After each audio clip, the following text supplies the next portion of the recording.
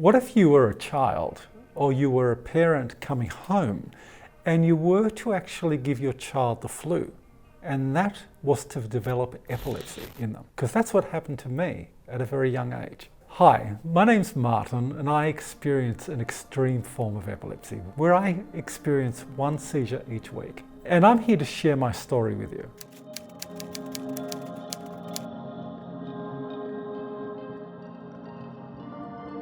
I was born at the end of 1970 in December, and it was in the first 6 months that I was to develop a high fever in June of that year. That saw me have really high temperatures and start having what they call febrile convulsions. They're seizures as a child as a result of the flu.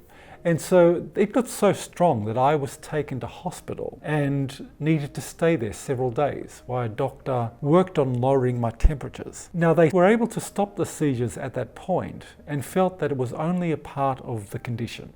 It was not epilepsy for them. And so I went home, and it was a year later at 18 months of age that I developed the same symptoms and ended up in a hospital having the same problems. The later medical records show that the doctors suggested it could have been meningitis, but they were hoping that it would not continue. For them, that's where the story ended with my epilepsy. But I, in fact, had to learn to live with something that was new to me. When I was a kid, my mother said to me that you learned to speak at a later age than the other 4 children who were older than me. And so for her, she noticed that. She said, but also when I was learning language, she said, listening to a tape recorder at that time, back in the 70s, she said I would be able to repeat the word more quickly than she would. And she was surprised by that. And that was the right temporal lobe, actually, that was doing this for me. Because the left temporal lobe is what was damaged by the seizures and the high temperatures. It's what saw me slowly get to the point where when I entered school, my reading ability was not as strong as everybody else. And if we all sat in a circle and were reading a line by line as we read, I would often stumble over my reading and make mistakes with words that were more than 3 syllables because it was hard for me to pronounce that. That was just the difficulty with my brain. But I did not know why. And so everyone just thought it was a laughing stock, and I just thought I was failing at school. So it was difficult for me to make friends. And so that's what saw me so often at lunchtime have to sit by myself and just eat the sandwich that Mum had made me. But what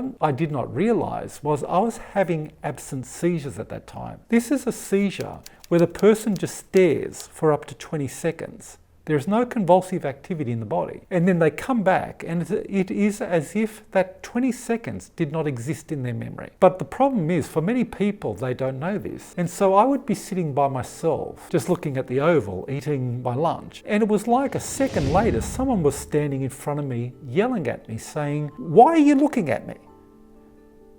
All this 20 seconds had gone past, but I had no idea of it. So for me, it was like, wow, how did this person just appear in front of me?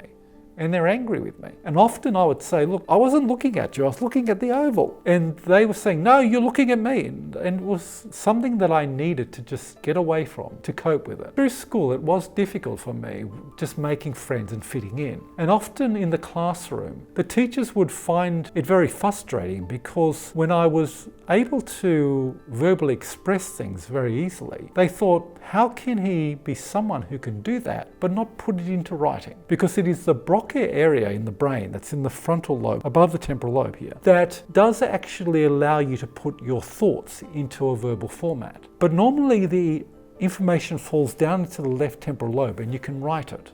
But because my area of the brain, the left temporal lobe, had been damaged, that's where it became difficult. And so my parents would often go to parent and teacher nights and find that the teacher would be saying, look, if only Martin paid more attention, he would be a far better child at school. And that would end up in an argument with my mother because she was thinking, he's a good child. He doesn't do anything wrong. That was all about learning how to live with the condition as a child when I had no idea what it was. But thankfully, I had learnt that music became my way of learning.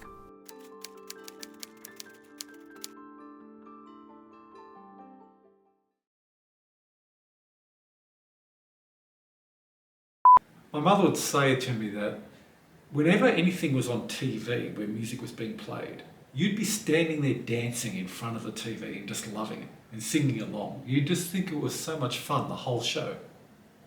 So for most people, they would find the 3 hours just a long period. But for you, you were having so much fun with the music. So that's just the way that she just thought, hang on, music's really something important to you.